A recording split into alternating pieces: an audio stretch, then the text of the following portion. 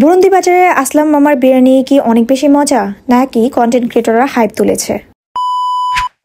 Hi everyone, আসসালামু আলাইকুম। সবাইকে ওয়েলকাম করছি আমার নতুন একটি ব্লগে। যারা ইউটিউব থেকে দেখছেন তারা প্লিজ হাই হ্যালো দিয়ে যাবেন।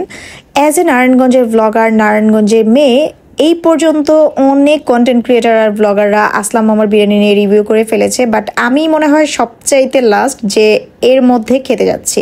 কারণ প্রথম দিকে এত হাইপড আর এত বেশি রাশ ছিল, আমার আসলে ওই রাশ দেখে যাওয়ার সাহসে কুলায় নাই।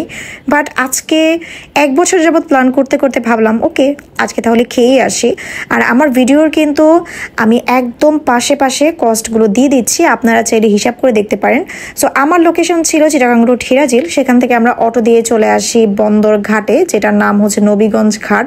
এখন এটা থেকে আমরা নৌকা পার হব, আর নৌকা পার হওয়ার জন্য এখানে ঘাটে আমরা চলে আসি। সো এই যে নৌকায় উঠে গেলাম, নৌকা ভাড়া ছিল পার পারসন 10 টাকা করে, বাট আপনি যদি রিজার্ভ যান সেক্ষেত্রে নৌকা ভাড়া মেবি 50 টাকা নেবে। বাট যেহেতু আমাদের রিজার্ভের কোনো প্রয়োজন ছিল না, তাই আমরা উঠে যাই একটা নৌকায়। সো এই যে খুব একটা টাইম লাগে না, আমাদের নৌকা ভাড়া আসা যাওয়া নিয়ে পড়েছে 48 টাকার মতো। এখানে আমি বলি যে নৌকা ভাড়া তো 40 টাকা পড়তো, তাহলে 48 কেন পড়লো? আসলে ঘাটের মধ্যে দেখলাম যে ওরা আসা যাওয়ার জন্য সেক্ষেত্রে আবার 4 টাকা করে চার্জ করেছে। এরপর আমরা রিক্সা নিয়ে নিলাম, রিক্সা ভাড়া আমাদের আসা যাওয়ায় পড়েছে 200 টাকা। স্ক্রিনে দেওয়া প্রত্যেকটাই কিন্তু আমার আসা যাওয়া বাবদ আমি যে খরচটা গিয়েছি সেটাই শেয়ার করছি।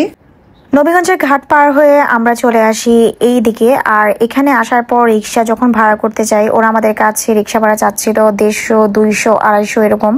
অনেক বার্গেটিং করে আমরা 100 টাকায় একটা রিক্সা ঠিক করে ফেলি। বাট এই বিরিয়ানির যে লোকেশন এটা অনেক ভিতরে, আমি নারায়ণগঞ্জ থেকে গিয়েছি তাই আমার কাছে লেগেছে যে অনেক দূরে।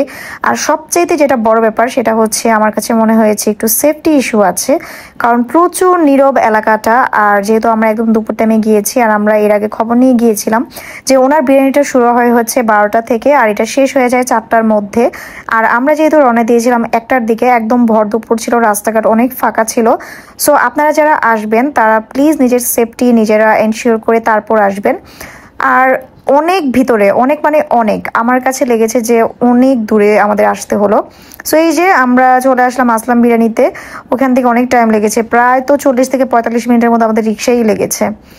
আর এই যে আসার পরে দেখলাম যে এখানে রান্না হচ্ছে আর 2টা ডেক একসাথে করে ওরা নামাচ্ছিল।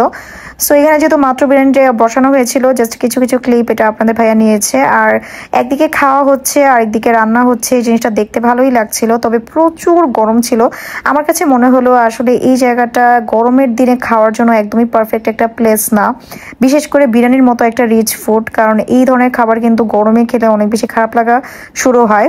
সো তাই আমি রেকমেন্ড করব, যদি আপনারা কেউ ভিডিও দেখে খেতে আসতে চান সেক্ষেত্রে এখন না এসে শীতের দিনে আসলে সবচেয়ে বেস্ট হয়।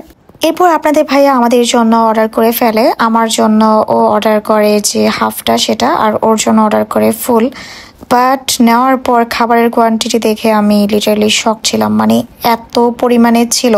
আর দেখেন আমরা একদম শুরুর দিকেই কিন্তু আসছি, কি পরিমাণে যে ভিড় ছিল। সো কোনো রকমে একটা টেবিল আমরা ম্যানেজ করতে পারি, বাট সেখানে একদমই লাইট তেমন ছিল না, দ্যাটস ওয়াই হচ্ছে ভিডিওর কোয়ালিটি তেমন একটা ভালো আসেনি। বাট খাবারের কোয়ান্টিটি আমি আপনাদেরকে দেখাচ্ছিলাম যে কি পরিমাণে কোয়ান্টিটি দিয়েছে। এখন টেস্টের পালা। হাফের প্রাইস নিয়েছে 200 টাকা আর ফুল নিয়েছে 300 টাকা। বাট 300 টাকার কোয়ান্টিটি মানে এত বেশি ছিল, মানে ওইটা দেখা যায় 3 জন অনায়াসে খেতে পারবে, মানে ওইটা একজনের জন্য একদমই না ফুল যেটা। আর 200 টাকার যে হাফ ছিল, আমার মতো যারা খায় তারা এটা 4 বেলা খেতে পারবে। মানে খাবারের কোয়ান্টিটি নিয়ে কোনো কমপ্লেন নেই, সবই অনেক ভালো ছিল। তবে খাবারের টেস্ট নিয়ে আমার একটু কমপ্লেন আছে, খাবারের টেস্টটা আহামরি তেমন ভালো না। হয়তো বা এক একজনের টেস্ট অফ বাইট এক এক রকম, বা ব্লগার যারা প্রমোট করে তারা কেন এইভাবে হাইপ তুলেছে আমি জানি না। তবে অনেক অনেক মজার বিরিয়ানি এটা না, যারা অনেক দূর থেকে গাড়ি নিয়ে এসেছে আমার কাছে মনে হয় না যে এখানে আসাটা একদমই অর্থিত, কারণ সব কিছু মিলেই কিন্তু ভালো একটা কস্টিং আমাদের সেদিন গিয়েছে। সো আমার কাছে মনে হয়েছে যে ওই হিসাবে হাইপ অনুযায়ী বিরিয়ানিটা তেমন একটা ভালো না। সো এই যে আমি একদম ঘেমে টেমে শেষ। That was it my triple blog. Thanks for watching.